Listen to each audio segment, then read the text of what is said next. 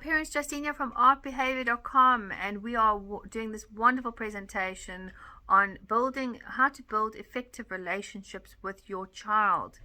This has been a really inspiring program that we've been putting together, because not only do I use this in my own case studies with my child, but also I use it a lot with families, with parents, from teenagers to young children, and it really is effective, the tips that we apply.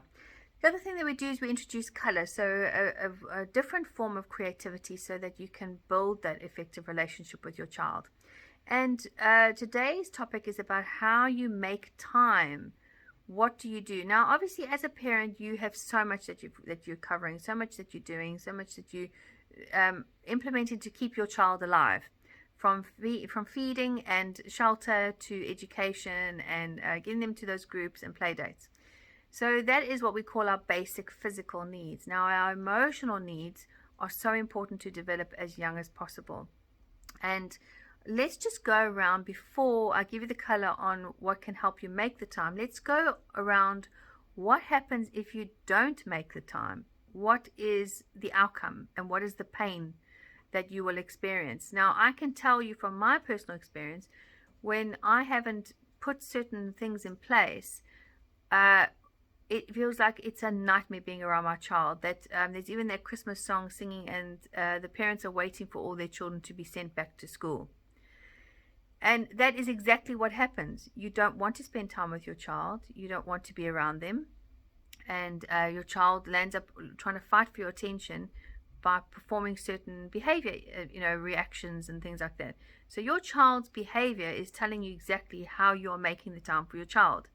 And if it is a real juggle, if it's frustrating, if you're getting frustrated, you are not making the proper, focused, full attention on your child time. Now, I work different schedules, and I sometimes only get home 7 o'clock at night. For instance, I get home 7:30 on a Monday. Tuesdays can be from 6:30 to sometimes again 8 o'clock. Wednesdays I'm only home sometimes 10, 11. Thursdays from about 8:30. Then I have Fridays, Saturdays and Sundays that I have with my family. Now, in that, we've set up a process to help with our child understanding and where we make time for them. Now, the first thing that I do is I look at, what does my daughter actually love to do? What really inspires her? What does she love? So she loves walking, and we introduced that really, really young.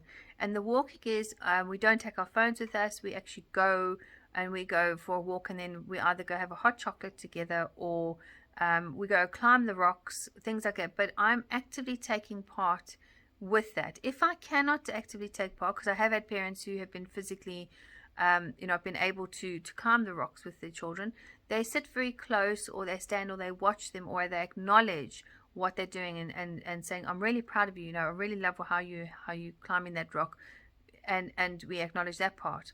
The other thing that we do is I make sure then that our daughter has one-to-one time with me, or she has one-to-one time with my husband, and they do rough play and tumble, and then she has the nurturing time with me afterwards, and that is the reading the book in the bed. Now, what I have definitely noticed is that if your child is not having a balanced time with both a male and female role, there's some things that a female can provide that a male cannot provide, and vice versa. And one of them is, the male's general role is to provide protection, and a female's role is to provide the nurturing. So that in order for you to nurture, you would want to feel protected first. And in order for the protector to protect you, he would want to feel nurtured. It's a very, very quick, simple way of explaining it. And in that, your child is in the mix as well. So having that one-to-one time with dad, or a masculine, and having that one-to-one time with your mum, or a feminine. What I have come across is, when there's parents that are divorced, I've asked which are friends who provide that extra part. So, for instance, we had friends that, they were divorced, and they would come meet us maybe once a month, or once every 2 weeks, even once a week sometimes, and their son would spend time with my husband, and they go play golf together, or they do something that it's away from a nurturing role. that time is so important. So even when you have that condensed time, I've noticed when my daughter has had that full time with my husband and then has had time with me, we've only really provided up to 30 minutes time each. And that in itself is almost like filling your child's cup so that they feel full enough to feel like everything of their wants and needs has been addressed, and they can relax and chill down and then kind of work with you as a team. If you're feeling you're frustrated yourself, what I highly recommend is introducing the color red, but not at bedtimes. It's more for you to be able to take action. It's more for you that when you want to sit down on the sofa and watch a TV series or something, it's giving you the inspiration to rather take the action and go for that walk.